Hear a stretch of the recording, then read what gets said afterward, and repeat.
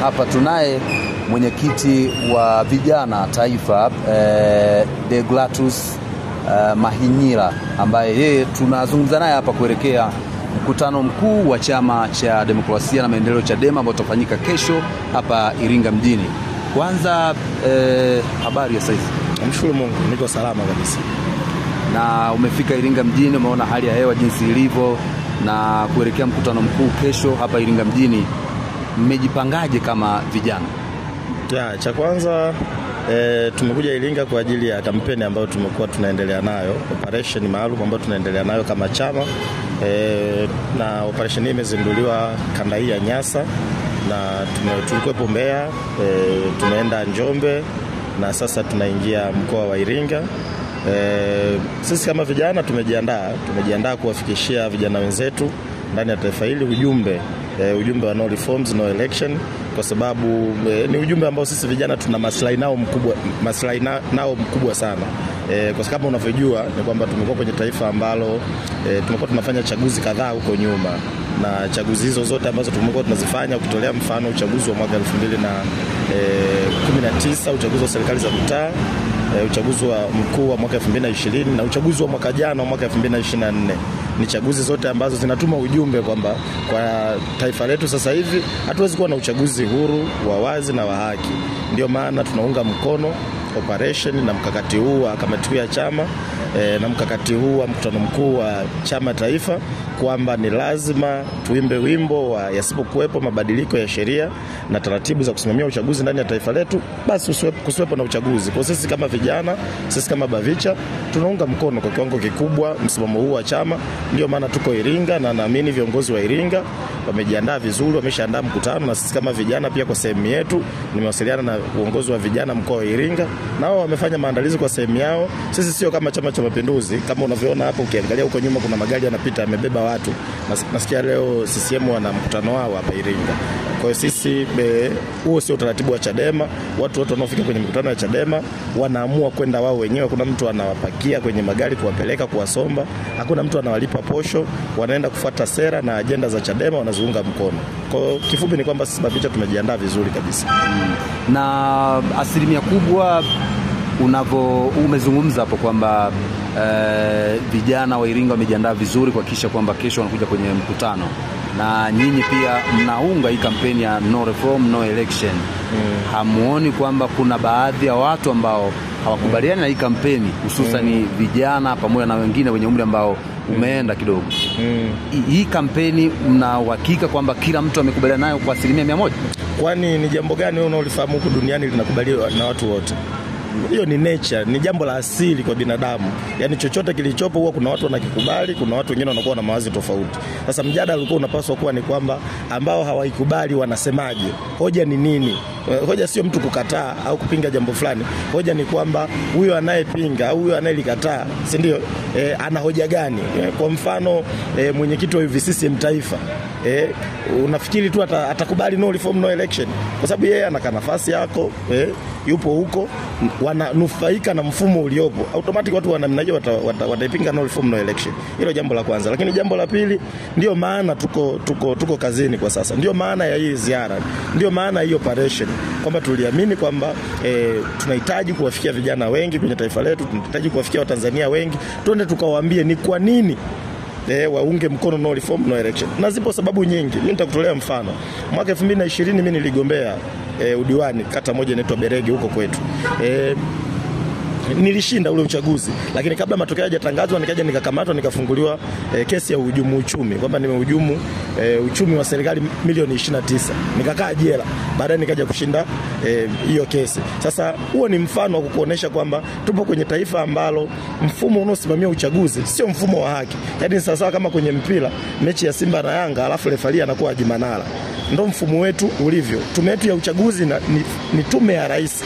Rais wa Jamhuri ya Muungano wa Tanzania ndo anayeteua mwenyekiti wa tume, ndo anayeteua kamishna. Uchaguzi kwenye level ya wilaya, majimbo unasimamiwa na mkurugenzi. Wanasema kuna marekebisho ya sheria yamefanyika mwaka jana. Sio kweli, kwa sababu marekebisho hayo kimsingi hakuna mabadiliko yoyote kimsingi yaliyofanyika. Kwa mfano nitakutolea mfano, jambo moja wanalisema kipropaganda kwamba sasa hivi wakurugenzi hawasimamii uchaguzi. Huo ni uongo, kwa sababu sheria ilichobadilisha ni kwamba msimamizi wa uchaguzi atakuwa ni afisa mwandamizi wa serikali. Sasa mkurugenzi pia anaweza kuwa afisa mwandamizi wa serikali. Wametoa tu neno mkurugenzi, lakini wamesema afisa mwandamizi wa serikali kwenye level labda ya halmashauri. Kwa anaweza akawa ni afisa utamaduni, anaweza akawa ni afisa elimu, ndio akapewa ile kazi ya mkurugenzi. Hiyo haiondoi ule uhuru wa tume kujisimamia yenyewe. Wanasema yamefanyika mabadiliko ya sheria za tume, sasa hivi inaitwa Tume Huru ya Uchaguzi. Sasa Tume Huru ya Uchaguzi kwanza haiko kikatiba, kwa sababu unajua Tume ya Uchaguzi imeanzishwa kikatiba. Ukisoma ibara ya 74 ya katiba yetu ya Jamhuri ya Muungano wa Tanzania, inaanzisha kitu kinaitwa Tume ya Uchaguzi, sio Tume Huru ya Uchaguzi. Sasa ukija ukatunga sheria nyingine inayoitambua tume kama ni Tume Huru ya Uchaguzi, maana yake, labda tu kwa taarifa yako na taarifa ya watu wengine, ni kwamba nasema hivyo mimi ni mwanasheria, labda ni declare interest, mimi ni wakili wa Mahakama Kuu. Kwa nafahamu sheria yoyote itakayotungwa itakayokuwa kinyume na katiba ya Jamhuri ya Muungano wa Tanzania, maana yake hiyo sheria ni sawa sawa na haipo. Hiyo sheria iko kinyume na inapaswa kuondolewa. Kwa hatuna Tume Huru ya Uchaguzi kwenye taifa hili, kwa sababu ibara ya 74 ya katiba yetu inayoanzisha tume haitambui tume kuwa ni Tume Huru ya Uchaguzi. Na haya tunayoyalalamikia kuhusu mifumo ya uchaguzi yana ushahidi mwingi sana. Nimekutolea mfano kwamba 2020 nimegombea udiwani. Mwaka jana 2024 nimegombea wenyekiti wa kijijini kwetu. Wameniondoa jina, nimekatwa jina eti kwa sababu mimi, wanasema miongoni mwa sababu zao kwamba sio mkazi wa kijiji kile. Sasa ukisoma kanuni za uchaguzi zinasema ili mtu awe mpiga kura wa kijiji fulani ni lazima awe mkazi wa eneo husika. Ukienda kusoma orodha daftari la wapiga kura la kile kijiji, mimi jina langu ni namba 41. Kwa hiyo kama mimi nimeorodheshwa kama mpiga kura, nikitaka kugombea wenyekiti wa kijiji, unasemaje sio mkazi? Wakati sifa za kuwa mkazi, sifa ya kuwa mkazi, sifa ya kuwa mpiga kura ni lazima uwe mkazi. Mimi nipo kwenye orodha ya wapiga kura, lakini nikianza kugombea wenyekiti wa kijiji, anaibuka tu mtu anaitwa mtendaji wa kijiji, kwa sababu yeye ni mwajiliwa mtu anaitwa mkurugenzi, ndio msimamizi mkuu wa uchaguzi kwenye wilaya husika au kwenye jimbo husika. Maana yake nikaondolewa tena jina. Huo ni ushahidi wa kuonesha ni kwa namna gani sheria zetu za uchaguzi hazitoi uwanja sawa. Na mambo haya kakaangu yamesemwa na watu wengi kwenye taifa hili toka mwaka 1991 wakati tunaingia kwenye mfumo wa vyama vingi. Iliundwa na serikali tume ya jaji anaitwa Jaji Nyalali kwenda kufanya utafiti na uchunguzi wa kuhusu siasa za vyama vingi, mfumo wa vyama vingi. Jaji Nyalali alisema mwaka 91 kwamba kabla hatujaenda kwenye uchaguzi mkuu wa mwaka 95 ni lazima tufanye mabadiliko ya sheria, tuwe na tume huru ya uchaguzi, tuwe na tume ambayo itaweza kuwa na kutoa haki sawa kwa vyama mbalimbali za siasa. Sio tu mwaka 91, mwaka 98 tume ya Jaji Kisanga, mwaka 2003 tume ya Jaji Makibobani, mwaka 2019 Mzee Mkapa ameandika kitabu chake kinaitwa My Life My Purpose. Hawa watu wote wanasema kauli moja kwamba kwenye taifa letu hatuna mfumo bora wa uchaguzi, mfumo ambao unawaumiza kabisa wapinzani. Na hayo yamedhihirika pia hata kwenye uchaguzi wa mwaka jana, mwaka 2024. Na bado kumekuwa na changamoto ya vijana wengi ambao ni wa Chama cha Demokrasia na Maendeleo, Chadema, wanahamia Chama cha Mapinduzi. Na Chama cha Mapinduzi walikuwa na mkutano hivi karibuni pale uwanja wa Rwanda Nzogwe Mbeya mjini, ambapo na nyinyi mlifanyia hapo. Kuna vijana takribani 50 wamejiunga na Chama cha Mapinduzi ambao walikuwa Chadema. Hamuoni kwamba bado vijana wengi upande wa Chadema kama hawaungi mkono wanaendelea kuhamia chama tawala? Kwanza unapaswa kuelewa jambo moja. CCM imechoka sana na haina ushawishi kwa Watanzania. Kwa hata ukiniuliza hilo swali la kwamba wako vijana 50 wamehamia CCM, mimi nikikuuliza hao vijana wanaitwa wakina nani, kadi zao za Chadema ziko wapi, sisi hatuna taarifa ya kwamba kuna vijana kutoka Chadema, kutoka Bavicha wamehamia CCM. Hilo ni jambo la kwanza. Lakini jambo la pili, sio kitu kigeni kwenye taifa letu na huku duniani, watu kutoka chama kama Chadema kuhamia CCM. CCM ni chama dola.